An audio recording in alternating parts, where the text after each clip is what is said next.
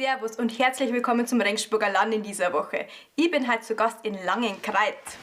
Servus, ich bin der Raphael. Und ich bin der Nikolaus. Wir sind Auerbaum. Und heute lernt ihr uns einmal kennen.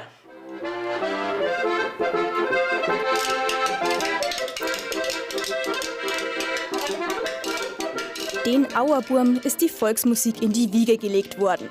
Früher sind sie eigentlich nur auf Familienfeiern aufgetreten, jetzt sind sie fast jedes Wochenende unterwegs, haben eigene CDs und damit nicht genug. Gerade bauen sie nämlich an ihrem ersten eigenen Kontrabass. Aber auch Suppenlöffel und Gießkannen sind vor den Auerburm nicht sicher. Manche sagen aber, hat sie kein Geld gehabt, weil sie Instrumente selber baut. Und nein, so ist es jetzt nicht. Wir haben einfach, wir sind dann wieder aufgewachsen mit einem Handwerk. Irgendwann hat sich das so ergeben, dass wir mal auf einer Spülerei einen Bruntopf gesehen haben. Und wir haben sich gedacht, ja, einen Tontopf haben wir jetzt nicht, was haben wir daheim? Wir haben eine Gießkanne. Und das war eigentlich unser erstes Instrument, weil wir das so selber gebaut haben. Bei Auftritten ist Raphael an der steirischen Harmonika tonangebend. Nikolaus führt mit Witz und Gesang durchs Programm. Wir mengen Sauerbraten, wir mengen Käse und ein Spaghetti Bolognese. Wir mengen Musi und Brotzeit im Bett, aber eins, das mengen wir nicht. Wir mengen kein Madel, wir mengen kein Madel, ich wollte mich noch so schöne Wadeln. Wir mengen kein Madel, nicht schwarz, nicht blond, nicht braun. Wir haben uns geschworen, dass wir keiner nachgeschaut.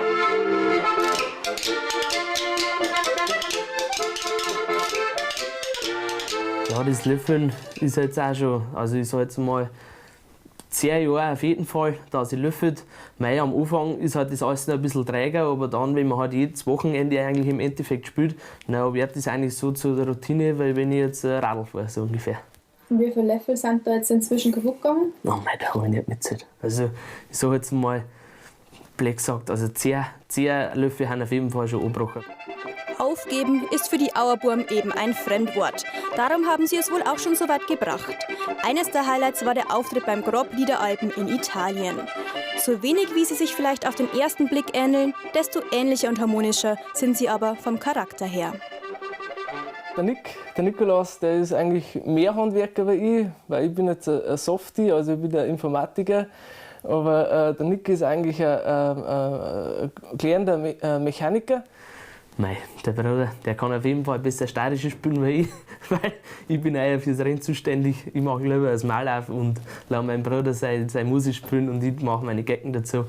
Und so, ja, mei. Schwierig zum sagen, wir haben relativ gleich, sag ich einmal.